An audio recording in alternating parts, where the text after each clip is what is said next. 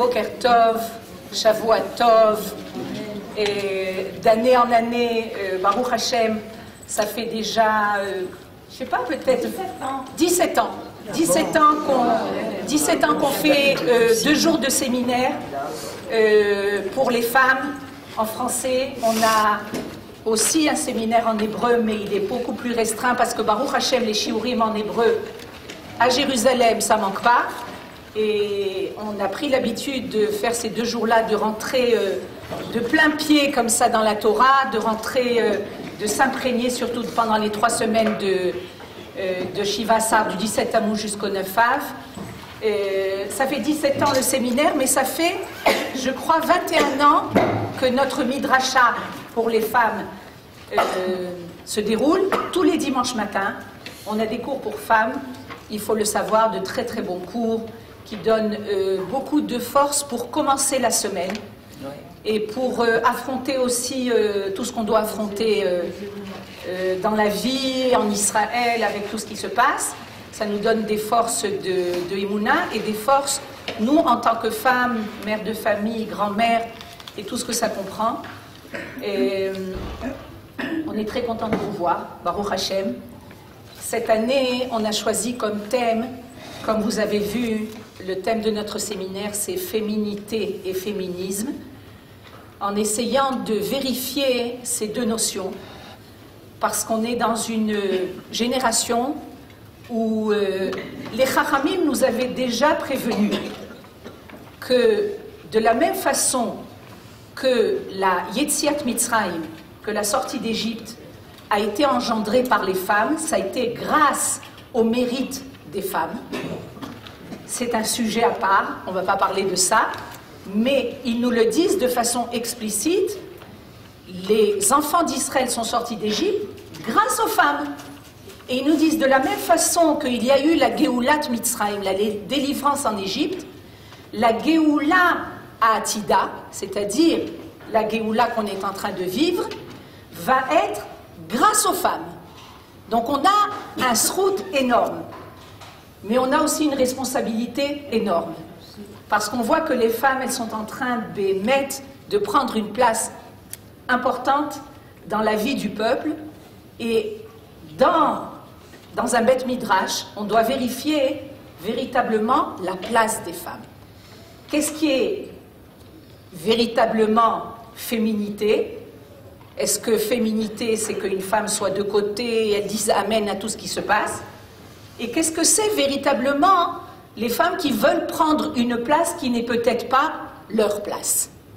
Et en fait, c'est le but de notre séminaire. Je pense que c'est très très actuel parce qu'on voit énormément de forces féminines qui sont en train d'apparaître et on doit vérifier. La Torah est là pour nous donner la possibilité et de nous faire vérifier des choses qui sont vitales. Et avant que j'oublie, Evelyne m'a demandé de vous prévenir que le 11 septembre, les cours le dimanche matin se renouvellent. Donc, marquez-le, le 11 septembre, on renouvelle nos cours. Il y a une période de vacances après les Tisha B'Av. Maintenant, le sujet de mon cours, c'était les femmes et leur compréhension du monde. Et en fait, j'ai voulu donner une explication à ce qu'on a lu la semaine dernière. Le Shabbat qu'on vient de passer, on a lu la parashat Matot. Et la parashat d'avant, on a lu la parashat Pinchas. Maintenant, dans la parashat Pinchas, il y a l'histoire des Bnot Slofrat. Bnot Slofrat, c'est véritablement la parasha qui convient pour vérifier la place des femmes dans le monde juif. Maintenant, avant de rentrer véritablement dans l'histoire des Bnot Slofrat, je vais donner un petit aperçu comment se situe l'histoire des Bnot Slofrat dans la Torah. Les Bnot Slofrat sont dans un contexte, elles apparaissent dans le Sefer Bamidbar. Le Sefer Bamidbar, c'est le 4e Sefer de la Torah. le 4e livre de la Torah, quand on est en train de voir Sefer Bereshit, c'est l'histoire de nos pères et de nos mères, notre famille, nos parents, qui ont créé le peuple d'Israël. C'est donc véritablement les racines du peuple d'Israël qui sont en train d'apparaître, et on apprend à travers nos pères et nos mères véritablement qui nous sommes. Parce qu'on est finalement, on fait partie de l'arbre de Avraham, Yitzhak, Yaakov, Sarah, Rivka, Rachel et Léa. Et en apprenant qui sont nos pères et nos mères, on apprend qui nous sommes, qui est le peuple d'Israël. Le Sefer Shemot, c'est le livre qui parle pas seulement de la famille du peuple d'Israël, qui était organisée en tant que famille, mais cette famille a grandi, jusqu'à devenir un peuple. Ce peuple-là est sorti d'Égypte, il s'est constitué en Égypte, il est sorti d'Égypte et il a reçu la Torah. Et une fois qu'on a reçu la Torah, dans le Sefer Vaïkra, on nous parle des idéaux qui doivent apparaître dans le peuple d'Israël. Le peuple d'Israël, c'est le peuple qui doit faire apparaître le divin dans le monde. Le rôle du peuple d'Israël, c'est de faire apparaître le divin dans le monde. Si on veut véritablement savoir quel est notre but, quel est notre rôle, chaque peuple a un rôle. Maintenant, le peuple d'Israël, c'est celui qui doit dévoiler le fait qu'on a un créateur, que Dieu a créé le monde, qu'il dirige son monde, qu'il continue à diriger son monde. Et le peuple d'Israël a comme but de faire apparaître le divin dans le monde. Tous les idéaux véritables qu'on doit faire apparaître sont pratiquement complètement inscrits dans le Sefer Vaïkra. Maintenant, le Sefer Vaïkra, ce qui va suivre, c'est le Sefer Bamidbar. On est en plein dans le Sefer Bamidbar. Le Sefer Bamidbar, c'est le livre, le 4e livre de la Torah, qui va précéder la venue du peuple d'Israël en Eretz Israël. Le but, c'est pas de rester dans le désert. Le but, c'est de rentrer en Eretz Israël et que la Torah ne soit pas dans le désert, mais que la Torah puisse apparaître et vivre en Eretz Israël. Maintenant, le Sefer Bamidbar, c'est le Sefer, nos sages nous disent, c'est le Sefer Aderer. C'est le livre du chemin, le livre de la route. De la route. Maintenant, quand on est en route, c'est pas simple. Il y a toujours des problèmes. Quand on est à la maison, on a ce qu'il faut. On a nos habitudes, on a nos choses qui nous entourent, on sait exactement où est placée chaque chose.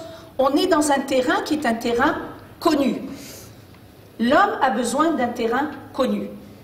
Maintenant, le Midbar, le désert, c'est ce qui va précéder la venue en Eretz Israël, c'est-à-dire le Sefer, où il va y avoir énormément de vérifications au niveau du peuple. Et vous allez voir, et vous savez combien le Sefer Bamidbar est rempli de crises. Est rempli de crises.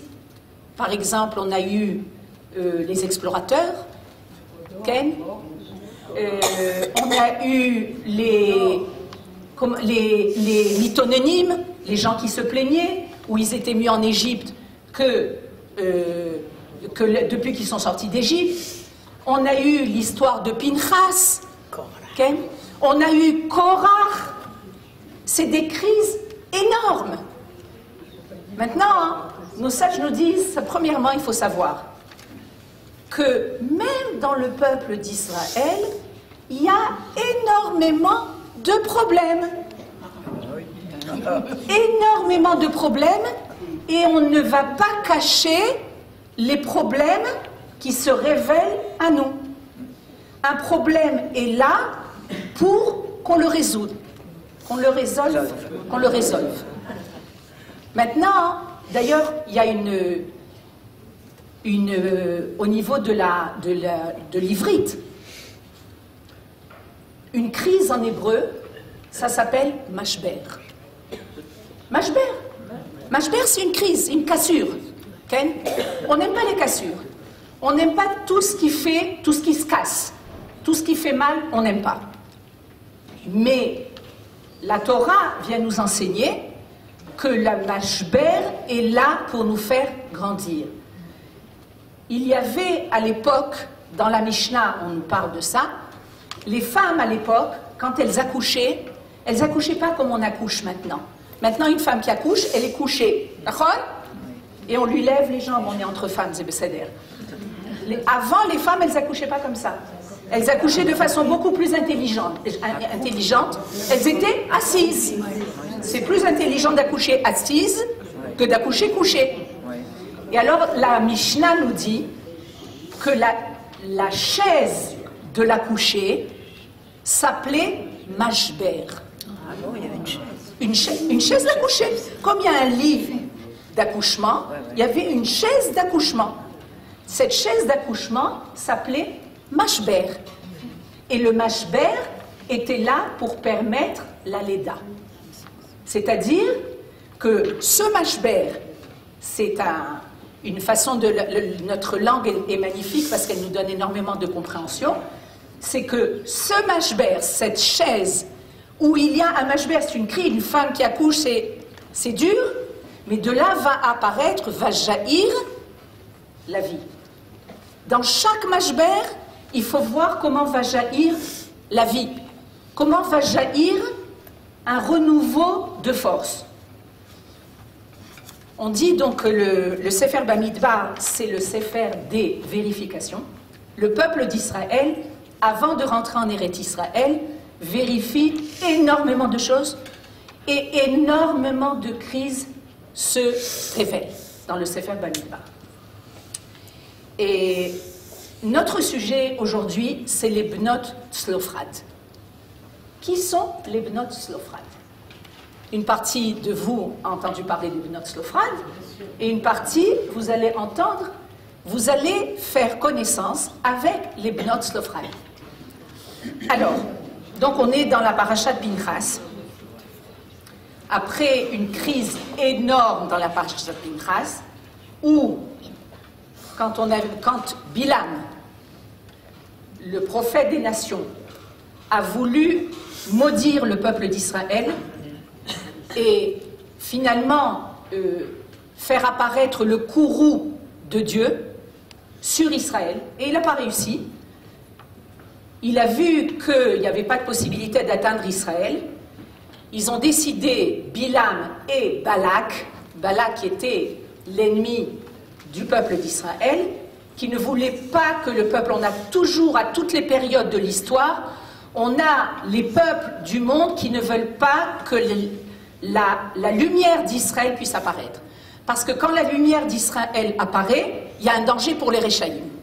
Alors, ils essayent sans arrêt d'éteindre cette lumière et d'empêcher cette lumière d'apparaître. Et on voit que, comme ils n'ont pas réussi à maudire le peuple d'Israël, ils vont essayer une autre tentative d'atteindre le peuple d'Israël en envoyant les Bnot Midian. C'est quoi les Bnot Midian? Le peuple de Balak, c'était Midian.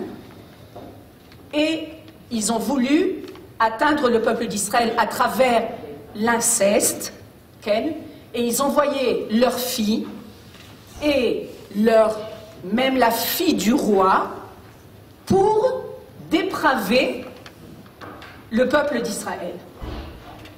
Et les Bnot Midian ont atteint le peuple d'Israël, et il y a un homme qui s'appelle Pinchas qui a voulu arrêter cette hécatombe, et il va tuer le prince du Shevet Réhouven avec une des filles, la princesse de Midian, et il va les tuer, et de là il va y avoir 24 000 personnes qui vont être tuées dans le peuple d'Israël.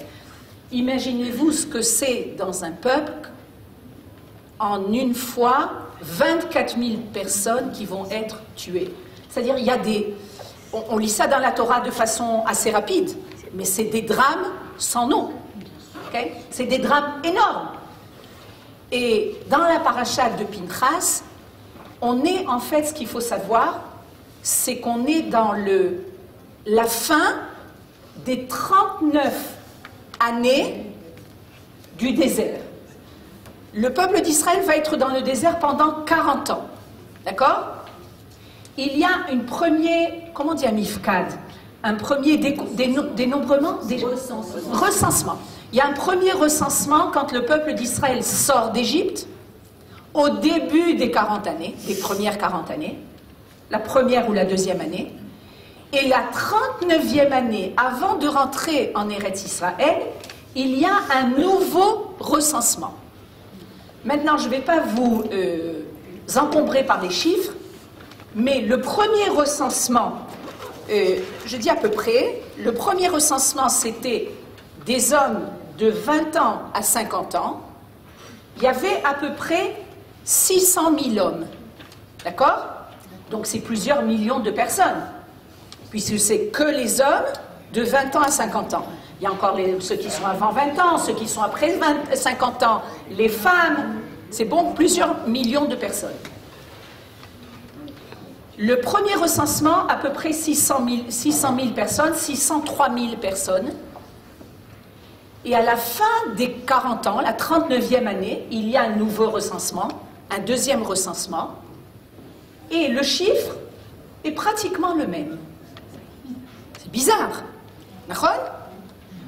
Le premier chiffre, c'était 603 000.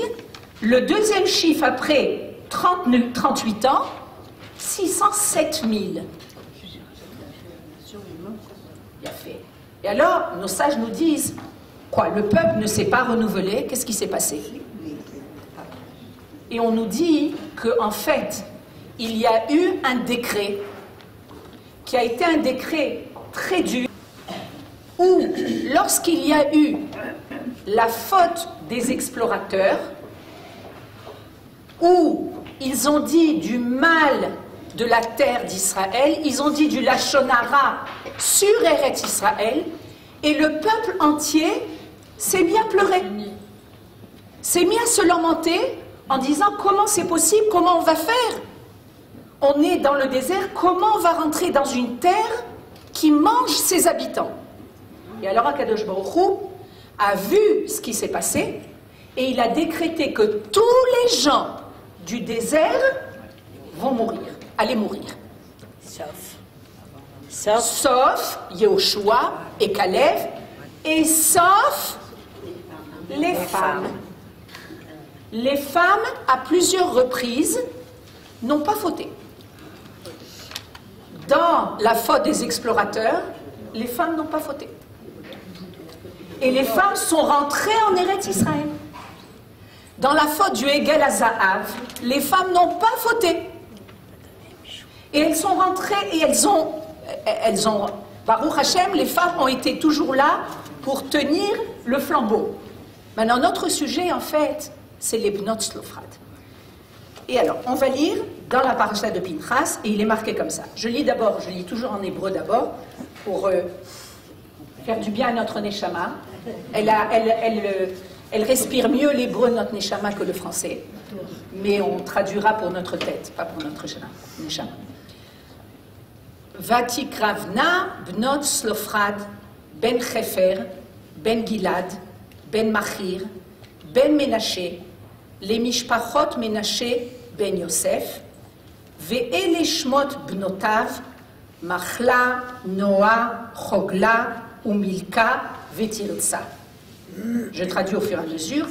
Alors s'approchèrent les filles de Tzlofchad, fils de Chefer, fils de Gilad, fils de Machir, fils de Ménaché, de la descendance de Ménaché, le fils de Joseph.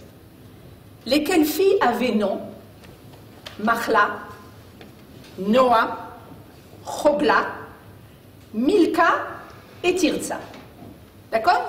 Alors, on a des filles, 5 filles, qui viennent et qui s'approchent. De qui elles s'approchent? On nous donne l'arbre généalogique, elles font partie de la tribu de Ménaché. Elles se présentèrent devant Moïse. Vatamod na lifne Moshe, velifne Eleazar HaKohen, velifne Anesim, vechol haedat petach oel moed lemor.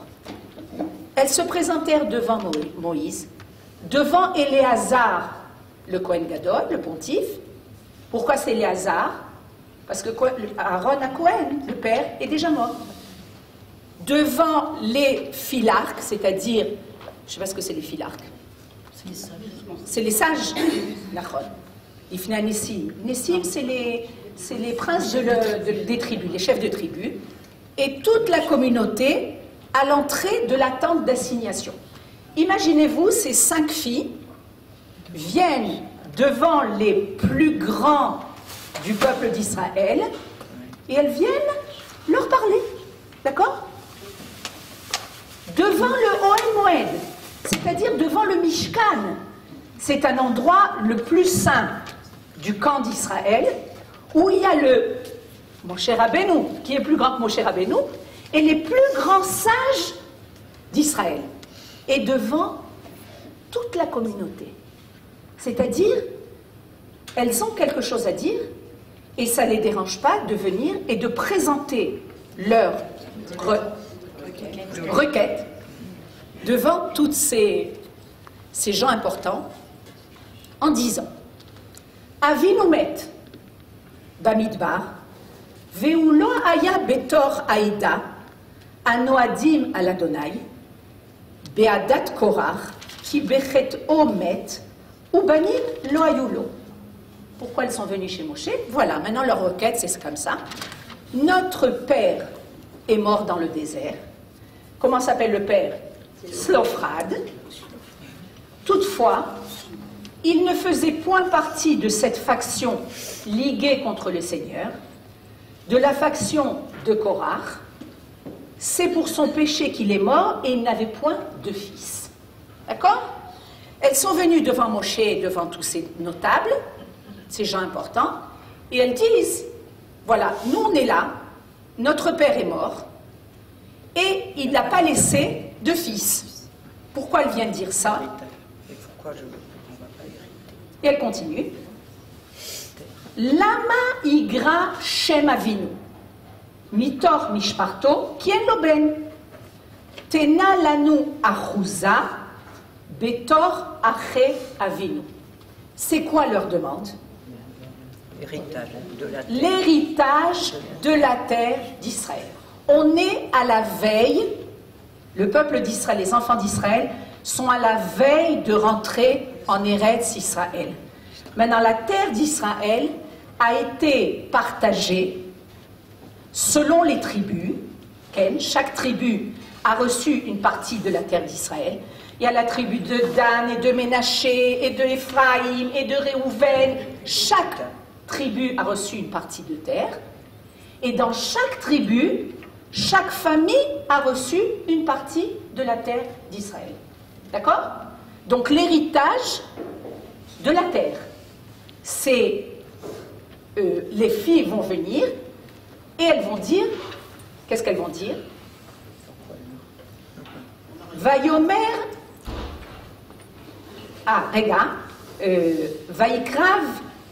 Vayakrev Moshe et Mishpatan,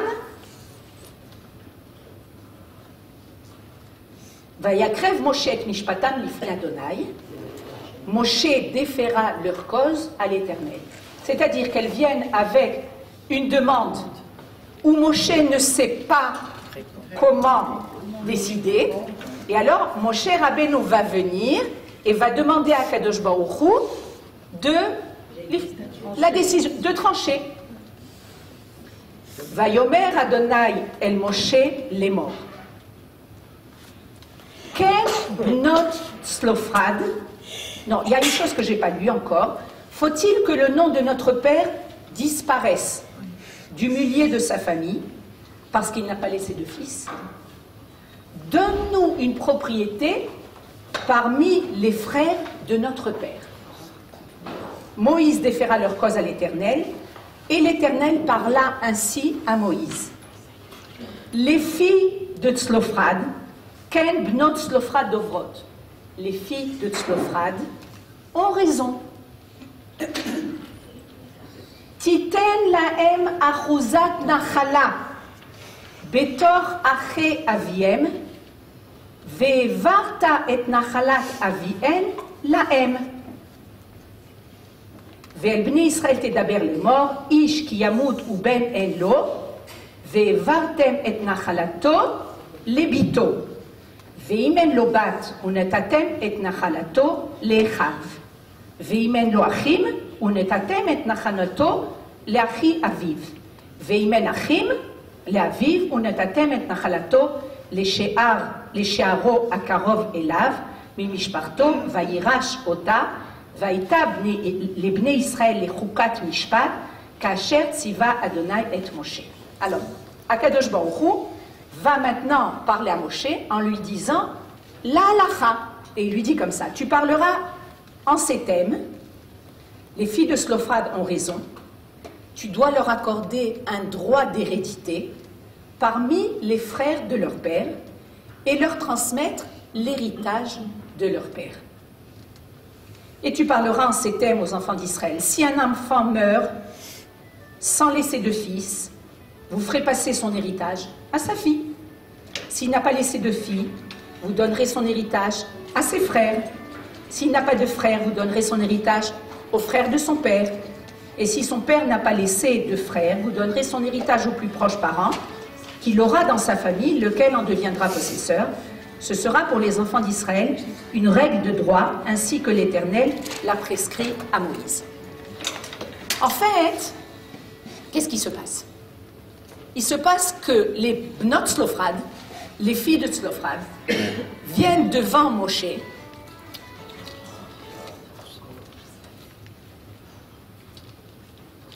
en lui demandant leur dû. Le père de ces filles-là, est mort.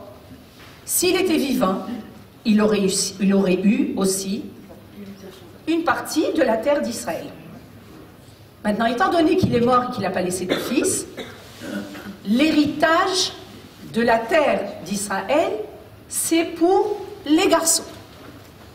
Les filles sont venues, les filles de Tzlofrad sont venues, ils ont dit, c'est pas juste. C'est pas juste. Pourquoi nous, on n'a pas droit à l'héritage de notre père? Maintenant, ces filles-là, elles sont, nos sages nous disent qu'elles sont chachmaniyot, pleines de chorma, darshaniyot, elles savent faire des drachot, et tzadkaniyot, et elles sont tzadikot.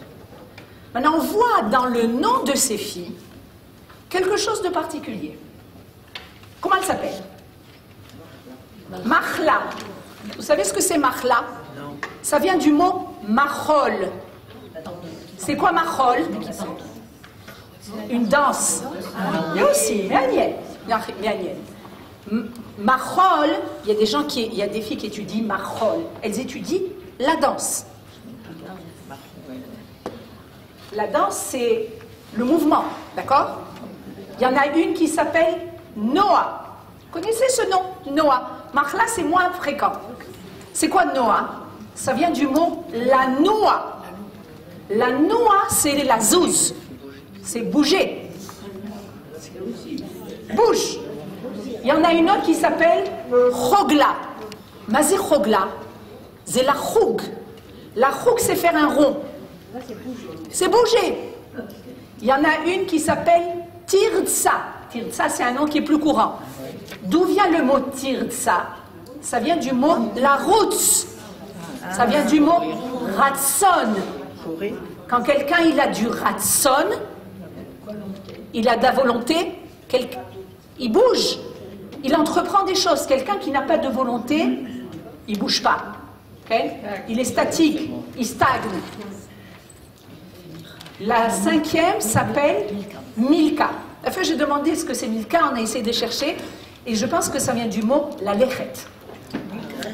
La lechet. Il y a le mot lech. La metkaf. La metkaf, c'est la racine. Zemilachon, la lechet. on voit que c'est des femmes, c'est que sont des femmes qui sont en mouvement. Et elles sont en mouvement maintenant.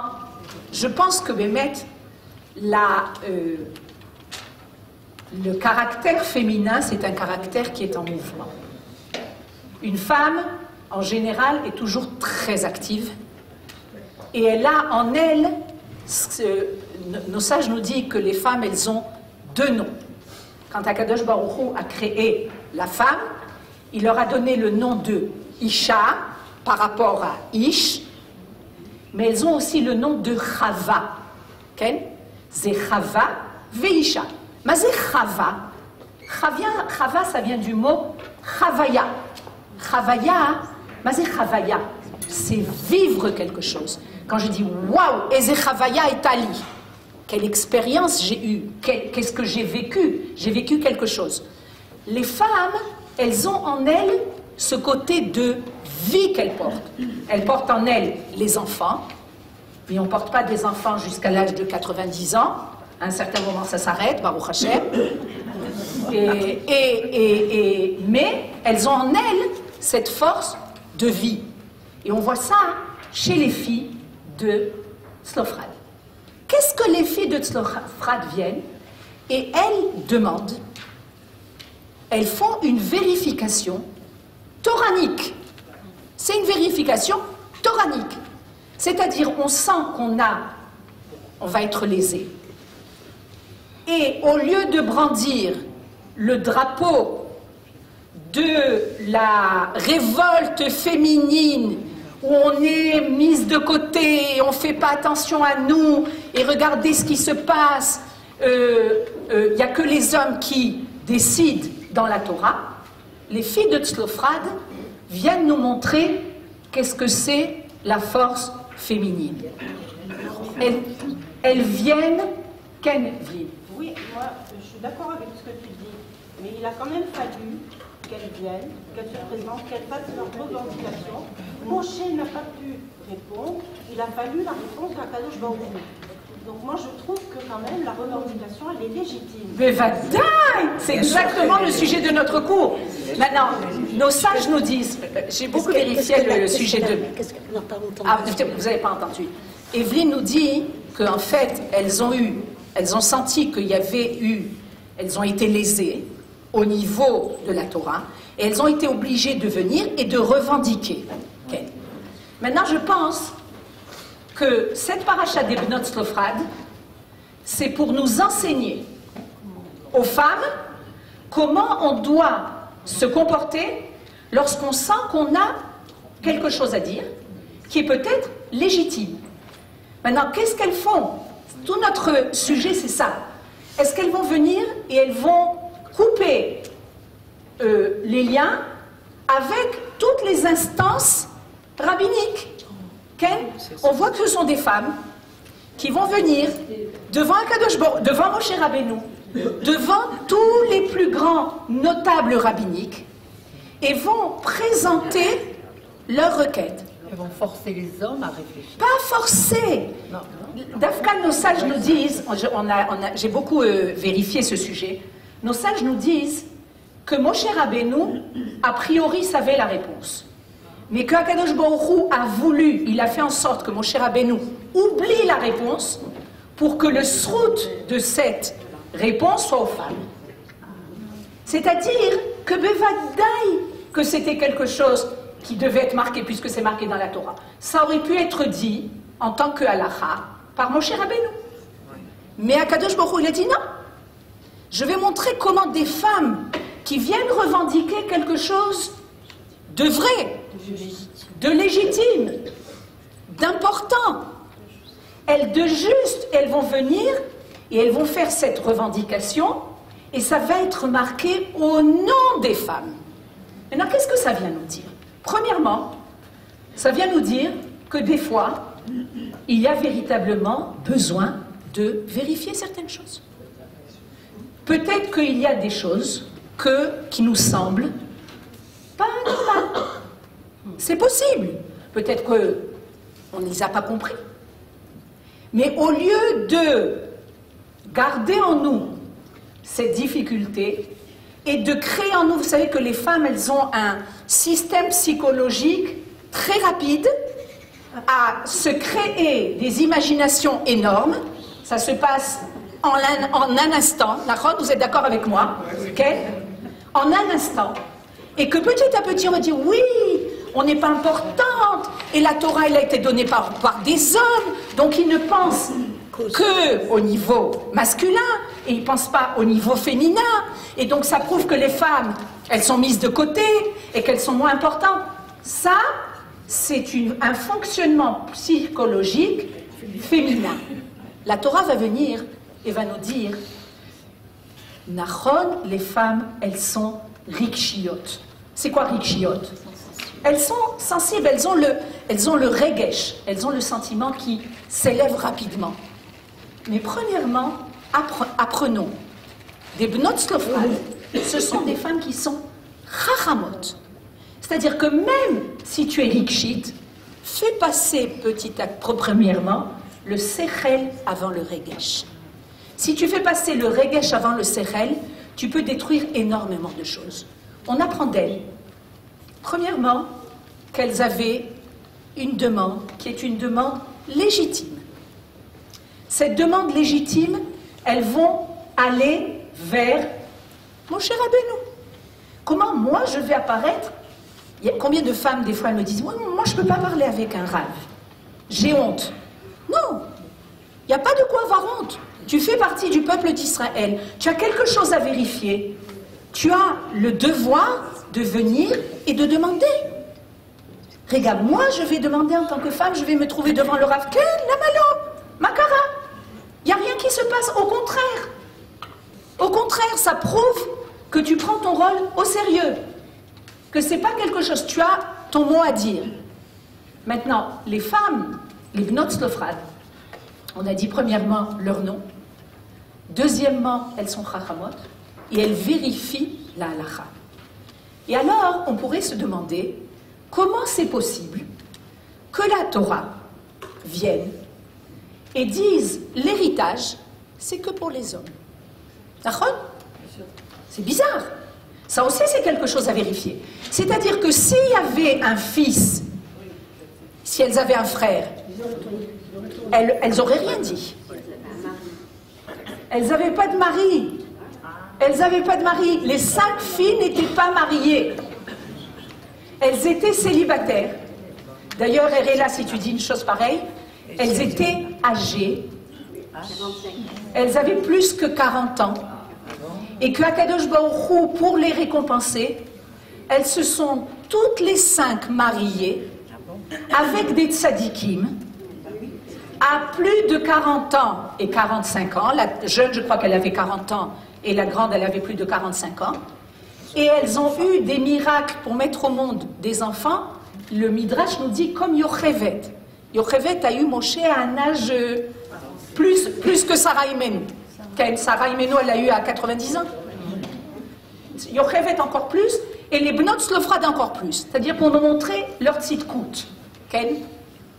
Et la question qui se pose, pourquoi la Torah vient nous transmettre que l'héritage doit être un héritage pour les hommes? C'est pas juste. Et pour nous, la Torah, c'est notre point de référence dans la vie. Comment on peut comprendre que l'héritage doit être pour les hommes?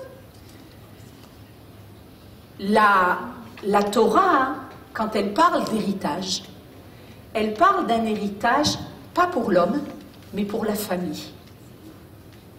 C'est-à-dire, lorsqu'un homme reçoit un héritage, il ne reçoit pas un héritage et il met à la banque à son nom. Il reçoit l'héritage, mais c'est la famille qui profite de cet héritage. La famille proche à lui. Sa femme et ses enfants. Bevadaï.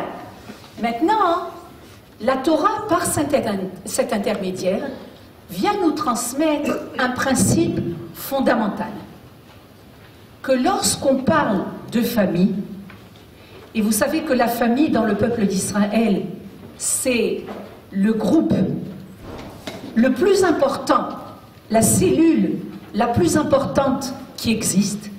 Et lorsqu'il y a atteinte à la famille, c'est une atteinte chas v'shalot, des plus graves, il y a une gdusha dans la famille, il y a une doucha dans le couple, et que chaque famille va être la cellule de tout le corps du peuple d'Israël. Maintenant, nos sages nous disent que la famille doit être constituée comme un groupe où il doit y avoir une tête. La tête de la famille doit être le mari. Et il y a une phrase qui dit, lorsque on a une bête qui vient au monde, elle peut être cachère, mais elle a deux têtes, elle n'est pas cachère. Et alors, à ce propos-là, je voulais vous lire un midrash qui vient nous parler des deux astres qui ont été créés le 3e jour de la création. Je crois que c'est le 3e jour, le 4e jour. C'est le 3e jour, je crois. Il est marqué comme ça. Bebriyat haolam neemar. À la création du monde, il est écrit comme ça. Vayas Elohim et shne ameorot agdolim. Et Dieu a créé les deux grands astres. C'est le 4e jour. 4e jour. À vérifier. Je pense aussi. Ou Bemshech ha-pasuk neemar. Et la suite du pasuk nous dit comme ça. Le début du pasuk, Dieu a créé les deux grands astres. La suite du pasuk, et Amaor Agadol, le grand astre, les mêmes Shelet Hayom, pour le jour, c'est-à-dire le soleil, Ve'amaor Akatan, Ve'etamaor Akatan, les mêmes Shelet Halayla, et le petit astre pour la nuit. D'accord? Et ça nous allait, on a l'impression que c'est quelque chose qui ne va pas, puisque le début du pasuk nous parle de deux grands astres, la suite du pasuk nous parle du grand et du petit. Vedarash Rabbi Shimon ben Pazi. Et il y a un Rav dans la Gemara qui nous dit un midrash très beau et très prenant, qui nous dit comme ça. Amra yareach lifnei Kadosh Baruch Hu. La lune est venue devant un Kadosh Baruch Hu et elle lui a dit comme ça. Ribono shel olam. Efshar leshne melachim sheyeshamshu beketer echad.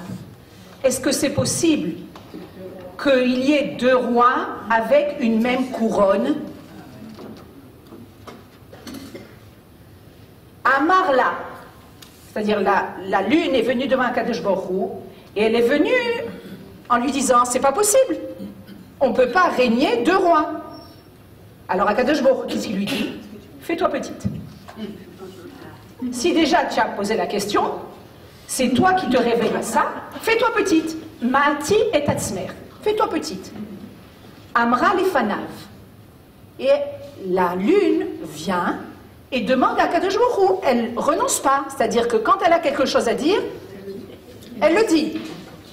Ribono shel olam, o'il ve'amarti lefanecha davar agun, amit et atzmi, j'ai dit quelque chose qui est vrai.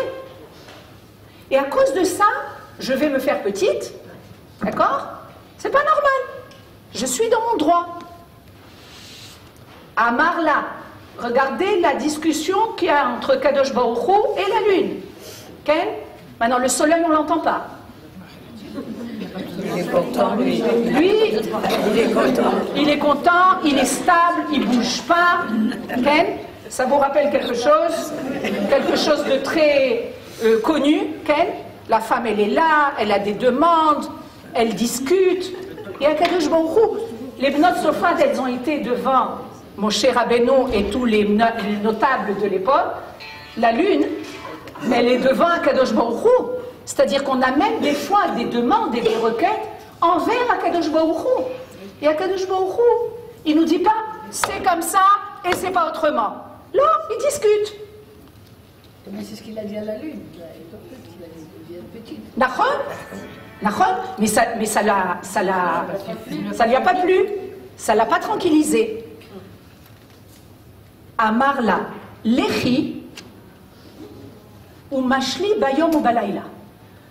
Akadosh Baruch Hu, il dit à la lune, va, et tu seras et la nuit et le jour. Vous savez que des fois dans la journée, on voit la lune. D'accord? Alors, Amrala, elle lui répond. Ma chashivuto shel ner doleg batzoraim. Qu'est-ce que c'est important? Quelle est l'importance? Qu'est-ce que ça importe qu'il y ait une bougie quand il fait jour? D'accord? Une bougie, elle a de l'importance. La nuit, elle nous éclaire. Mais lorsqu'il fait jour, à quoi ça sert qu'il y ait une bougie? Akadosh Baruch Hu vient lui dire, tu sais quoi, tu seras et la nuit et le jour. Il dit non, parce que dans la journée, le jour, on n'a pas besoin de moi. Lama utzarir. Amar la. Akadosh Baruch Hu lui répond. Lekar tizki ve'yimnu becha Israël yamim ve'shanim. N'aie pas peur que grâce à toi, le peuple d'Israël va fixer ses chagim selon la lune. Ra'a shelo nitiyashva data. Elle n'a pas été apaisée. Elle n'a pas été convaincue. Tout ce que Akadosh Baruch Hu a essayé de la calmer, elle n'a pas été convaincue. C'est-à-dire qu'elle est venue en disant, c'est pas normal. Si tu as voulu créer deux astres grands, pourquoi est-ce qu'il y en a un petit et un grand? Et Akadosh Baruch Hu a essayé de la convaincre. Ça n'a pas été réussi. Amar Akadosh Baruch Hu. Akadosh Baruch Hu dans le Midrash vient et il dit comme ça. Aviu alay kapara shemiateti et ayareach. Qu'est-ce que Akadosh Baruch Hu vient? Il vient dire comme ça. Tous les Rosh Chodesh, on amène un korban de Rosh Chodesh. C'est quoi ce korban? C'est un korban kapara l'Hashem. C'est quoi kapara l'Hashem? Comme si que Akadosh Baruch Hu a fauté chas v'chalila. C'est quelque chose d'impensable. Et alors, je ne vais pas continuer longtemps le Midrash, mais le Midrash nous dit qu'en fait, on est dans un monde a posteriori. Ce monde a posteriori, il doit y avoir une tête qui dirige. S'il y a deux têtes qui dirigent, ça ne va pas marcher. Mais en fait, l'idéal du monde et la chose qu'il faut savoir, c'est que et le Shemesh et le Yareach sont des Meorot Gdolim, c'est-à-dire sont des grands astres. Là, on est dans un monde où il faut qu'il y en ait un qui se baisse pour donner la place à un autre, pour mener la famille, mener le monde. Et il y a une prophétie qui dit comme ça, dans le Navi Ishaya, Ve'aya or alevana ke or achama. C'est-à-dire que viendra le temps où la lumière de la Levana sera aussi grande que la lumière du soleil, de la Chama.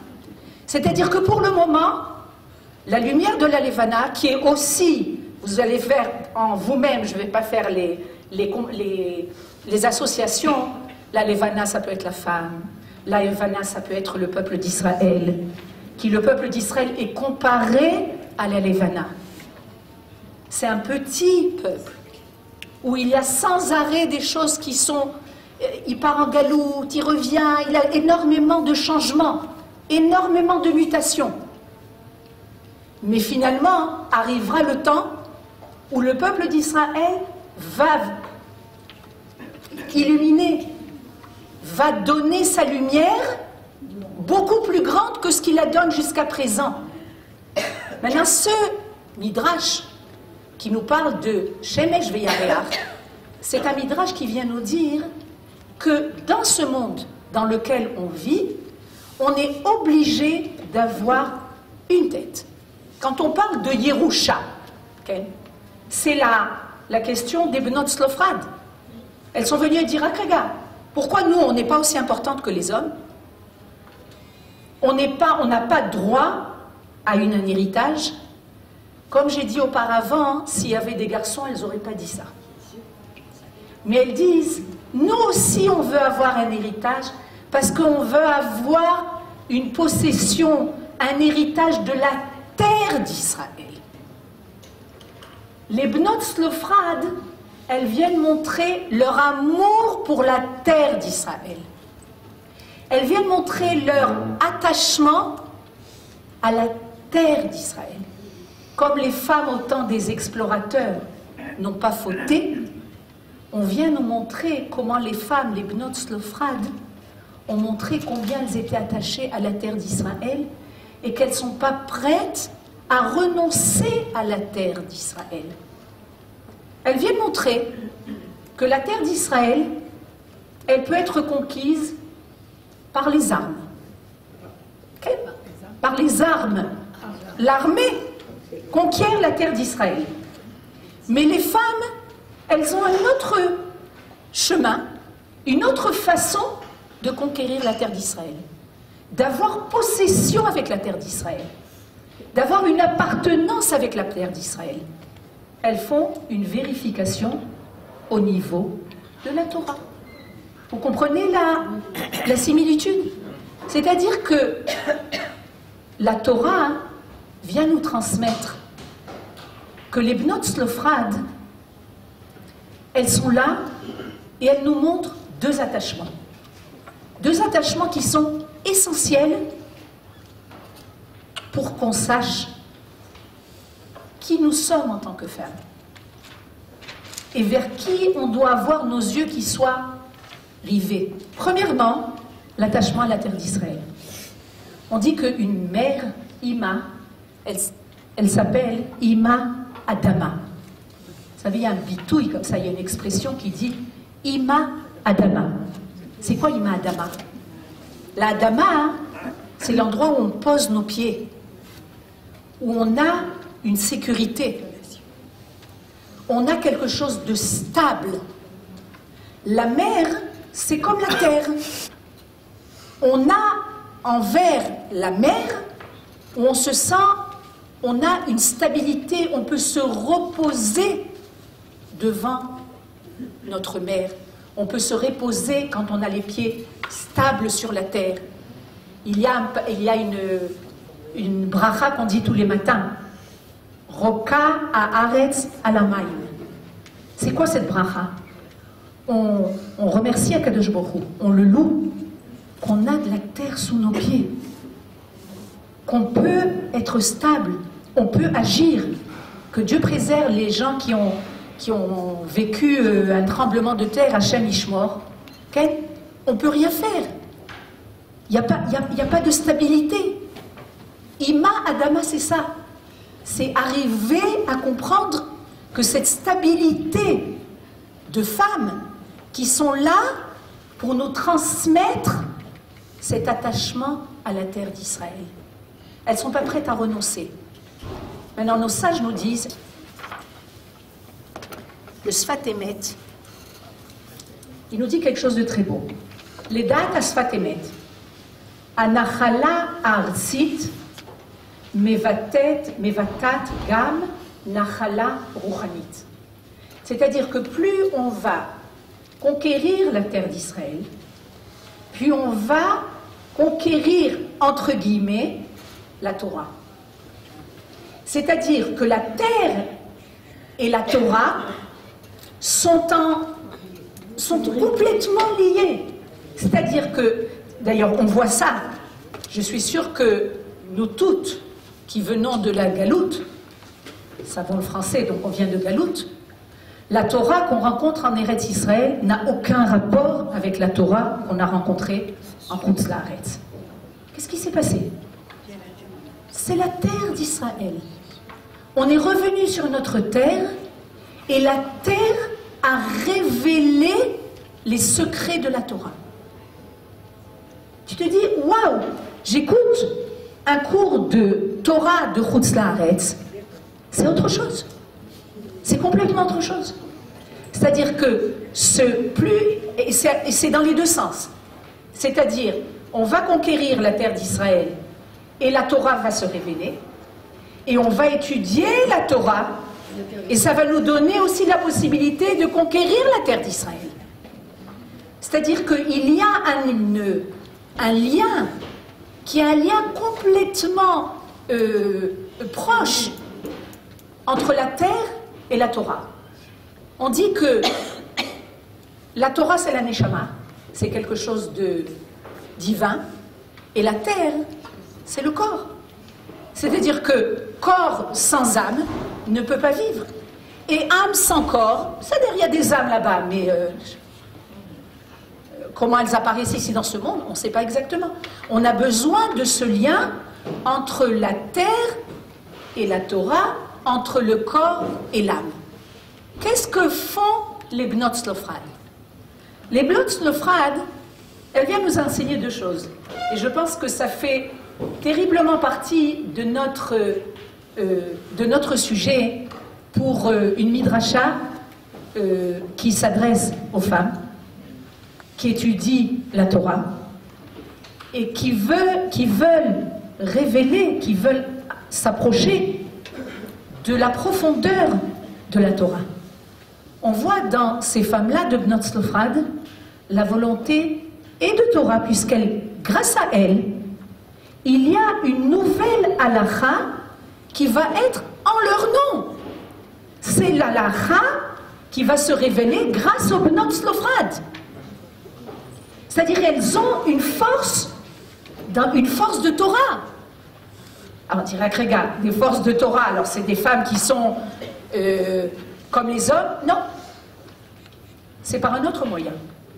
Cette force de Torah qui est chez les femmes, elle se révèle différemment. Premièrement, une femme n'a pas l'obligation d'étudier la Torah comme les hommes. Les hommes ont une obligation d'étudier la Torah tous les jours. Ve'agitabo yomam valayla. Et tu l'écouteras, tu l'étudieras, yomam valayla, le jour et la nuit. Chez les femmes, on n'a pas cette obligation. Les femmes n'ont pas d'obligation d'étudier la Torah. Quand on vient étudier la Torah, dans les Midrashot et Baruch Hashem, en Israël, dans tous les coins de rue, il y a des Midrashot pour femmes pour étudier la Torah. C'est pas par obligation. C'est par volonté de se lier à notre propre Neshama. C'est-à-dire que quand on étudie la Torah, on étudie finalement qui on est, qui est notre peuple, qu'est-ce qu'on vient faire ici, quelle est notre fonction, notre idéal, qu'est-ce qu'on doit faire apparaître dans le monde. Mais on ne renonce pas à ça. C'est-à-dire qu'une femme, finalement, pourrait très bien se contenter de s'occuper de tout ce dont elle doit s'occuper du matin au soir dans sa vie familiale journalière. Et il y a de quoi faire. Et des femmes qui prennent le temps de mettre de côté toutes leurs activités et de se dire, il y a des moments dans ma vie qui doivent finalement éclairer ma vie de tous les jours. C'est la Torah. D'où on va avoir cet éclairage? Par la radio, on ne l'a pas. Par les journaux, on ne l'a pas. Par des sirotes, des discussions avec des copines, j'ai toujours dit, depuis qu'on a créé cette midrasha, j'ai toujours dit qu'une femme, elle a besoin de deux choses. Elle a besoin de société, de copines. J'écoutais, il y a quelqu'un qui m'a envoyé par WhatsApp, elle m'a envoyé un mercar, on dit un mercar, une recherche psychologique, comme quoi les psychologues disent que ce dont les femmes ont le plus besoin, c'est de chevra. Les hommes ont besoin d'autre chose, ils n'ont pas besoin de chevra. Ils ont besoin de leur femme. Ça n'a pas été marqué, mais je pense que tu as raison. Les femmes ont besoin de chevra. C'est-à-dire qu'elles ont besoin d'être en contact. Et d'être en contact avec des amis.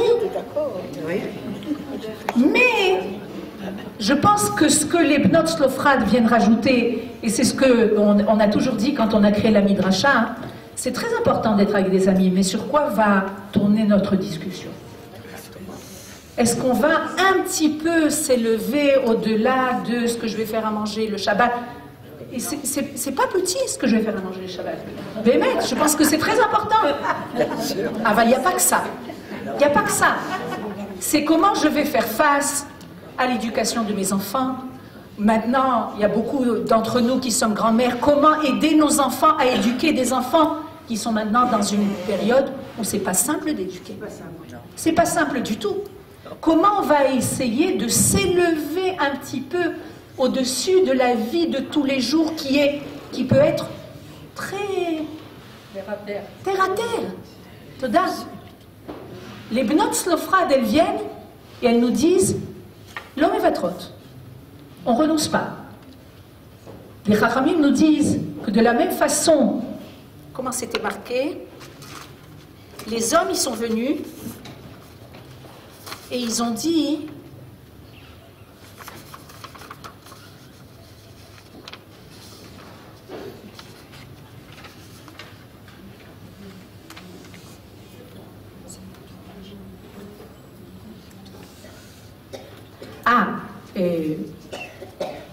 ils sont venus avec le Chet Ameraglim, avec la faute des explorateurs, ils sont venus et ils ont dit on veut retourner en Égypte. Il y a un bitouille, je ne trouve plus exactement comment c'est marqué. Ils sont venus et ils ont dit on veut retourner en Égypte. Et les Bnot Slofram, elles sont venues, elles ont dit on veut un héritage de la terre d'Israël.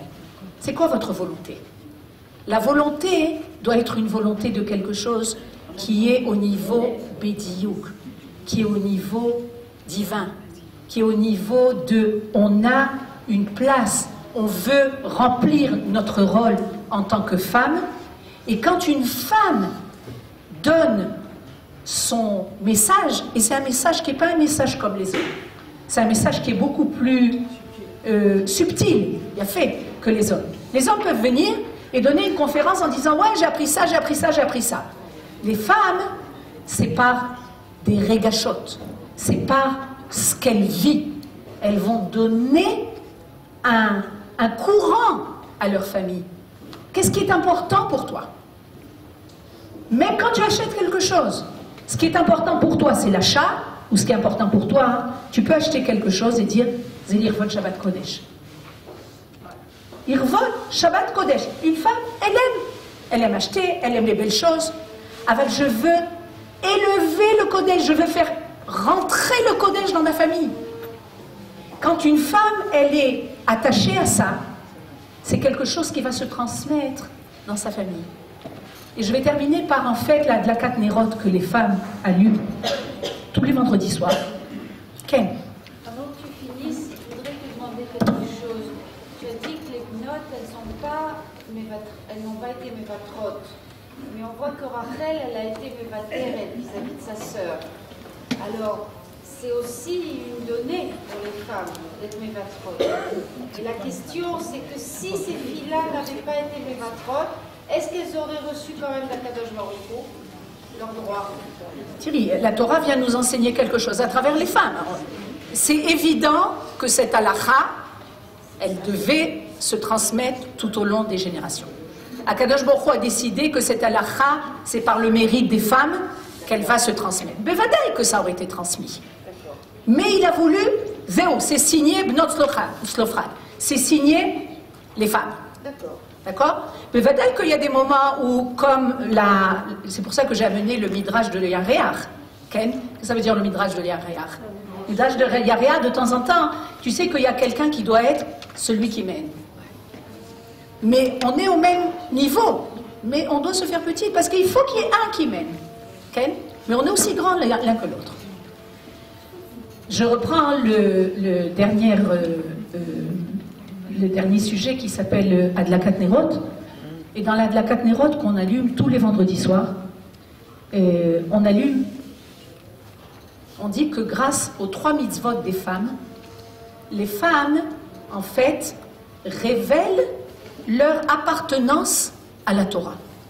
Et quand on voit ça, on se dit, qu'est-ce que c'est ces 3 mitzvot? Ça, a priori, ça a l'air très petit. je fais une pâte, je prends un petit morceau, je fais la bracha, je prends une allumette, j'allume des bougies vendredi soir.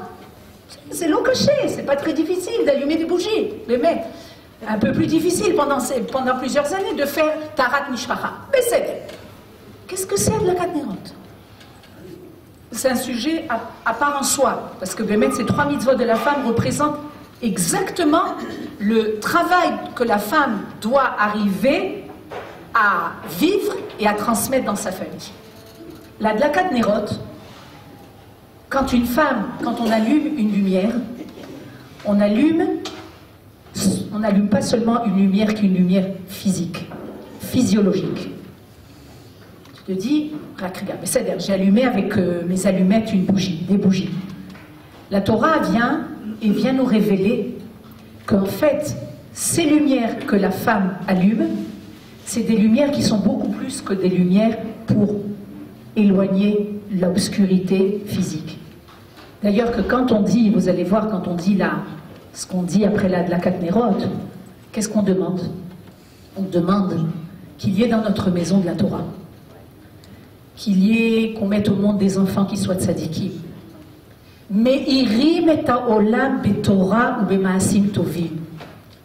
Que nos enfants soient ceux qui vont illuminer le monde par leur Torah et par leur ma'asim tovim. On demande qu'il y ait une lumière maintenant. On demande qu'il y ait de la Torah. Alors les Chachamim sont là pour dire, regarde, mais c'est pas la femme qui doit amener la Torah dans la maison. C'est l'homme. Pourquoi elle, dans l'allumage des bougies, va dire, Alvaï, Bezrat Hashem, Kadosh Baruch Hu, fais en sorte qu'il y ait la Torah dans ma maison. Nos sages nous disent que toute la Torah qu'il y aura dans la maison, c'est grâce à la femme. C'est grâce au mérite des femmes. Comment c'est grâce au mérite des femmes? La Torah vient nous dire, il y a une phrase dans une Gemara qui dit Bameh Nashim Zachyan. Qu'est-ce que ça veut dire Bameh Nashim Zachyan? En quoi les femmes, elles ont du mérite? C'est une Gemara qui énerve les femmes en général. Si on ne comprend pas cette Gemara, tu dis, avec tout ce qu'on fait, on nous demande quel mérite on a. On a 9 mois dans le ventre les enfants, on les met au monde, on les éduque. Qu'est-ce qu'une femme ne fait pas? Mais la Torah, elle vient nous dire 2 choses.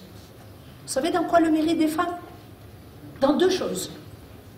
Tout ce que tu fais en tant que femme, que tu mets dans le monde des enfants, que tu les élèves, que tu les éduques, que tu t'en occupes, que tu fasses à manger, toutes les femmes du monde, normales, elles font ça. Mais nous, en tant que femmes du peuple d'Israël, on a quelque chose d'autre à révéler. Bameh Nashim Zorian.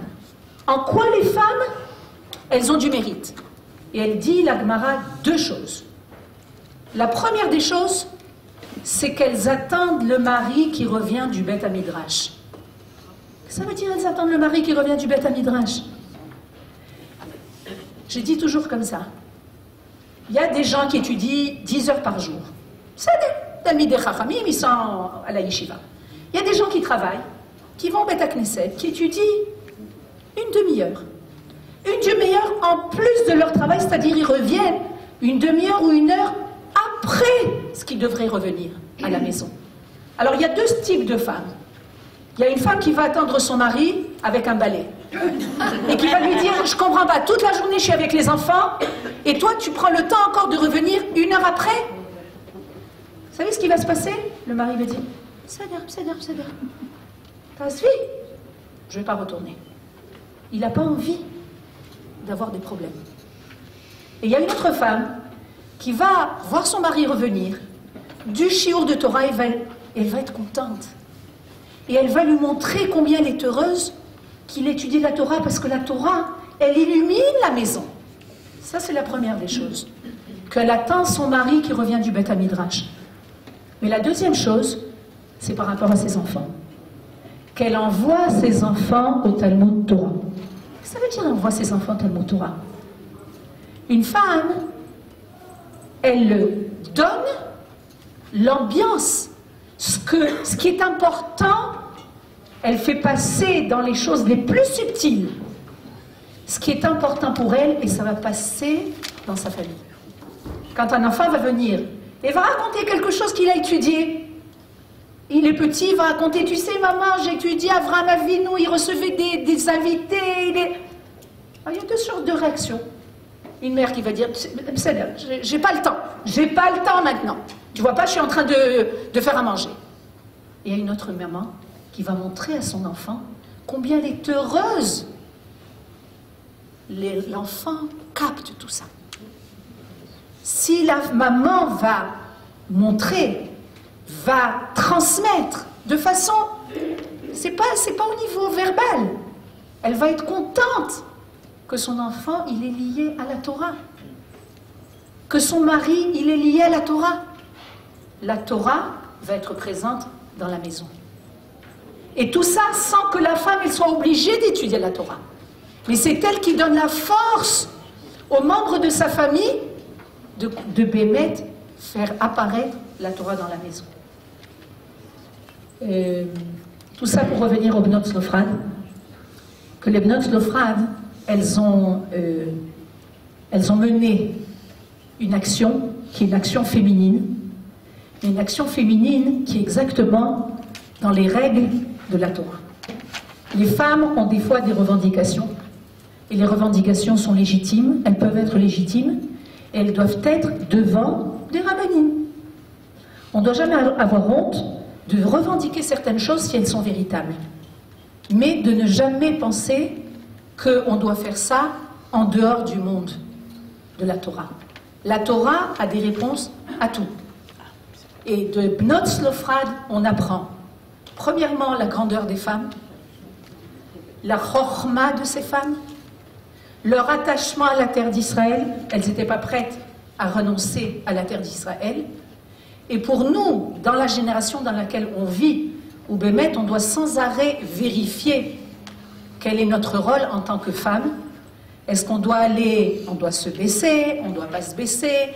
Je pense que l'étude de Bnot Zlofrad, qui a été liée avec le soleil et la lune, nous donne un petit aperçu peut-être de ce qu'on doit arriver, Bezrat Hashem, à révéler.